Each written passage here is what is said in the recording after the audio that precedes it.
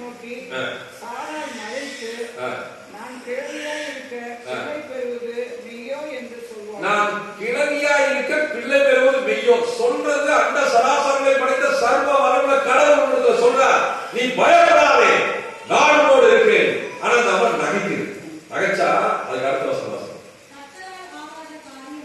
கர்த்தரால் ஆகாத காரியம் உண்டோ?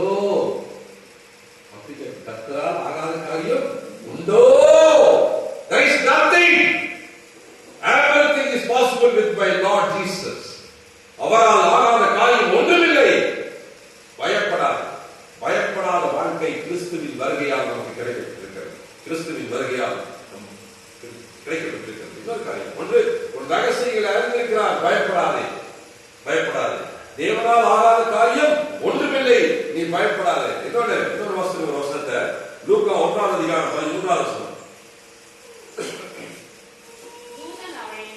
தூதன் அவனை நோக்கி சகரியாவே பயப்படாதே, உன் வேண்டுதல் கேட்கப்பட்டது. என்னங்க வேண்டுதல்? கவனிங்க, வேண்டுதல் கேட்கப்பட்டது. The moment you ask the Lord has received.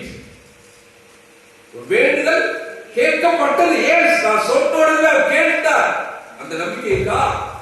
அந்த விசுவாசம் நீங்க இருக்கா? இவ்வளவு சேர் காலியா இருக்க ஏன் ஆண்டவரே வைத்திருக்கிற விசுவாசம் எங்கே?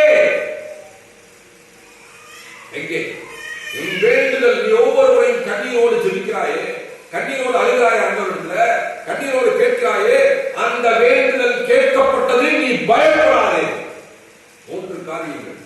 உன் ரகசியங்களை அறிந்திருக்கிற தெய்வம், நீ பயப்படாத. தேவனால் கூடாத காரியம் ஒன்றுமே இல்லை, நீ பயப்படாதே. உன் வேண்டுதல் யாவும் கேட்கப்பட்டது.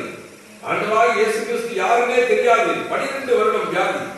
அந்த மாதிரி சொன்னாங்க, இத்தனை வருஷமா வியாதியா இருக்கியே, இவ்வளவு வைத்திய பாத்தியே, இயேசுவை பாத்தியா? அந்த மாதிரி தெரியாது. இயேசு நெட்டையா கூடையா குண்டா சேப்பாலாம் தெரியாது, யாருமே தெரியாது.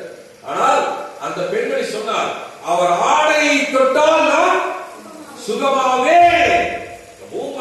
பார்க்கவே இல்லை, பார்ப்பதற்கு முன்பாகவே ஆணித்தரமான ஒரு விசுவாச வார்த்தை. அவர் ஆடையை தொட்டால் நான் சுகமாவே. அவள் ஆனார். ஆண்டவர் பார்க்கும்போது கேட்டார், யார் என்னை தொட்டதுன்னு கேட்டார்.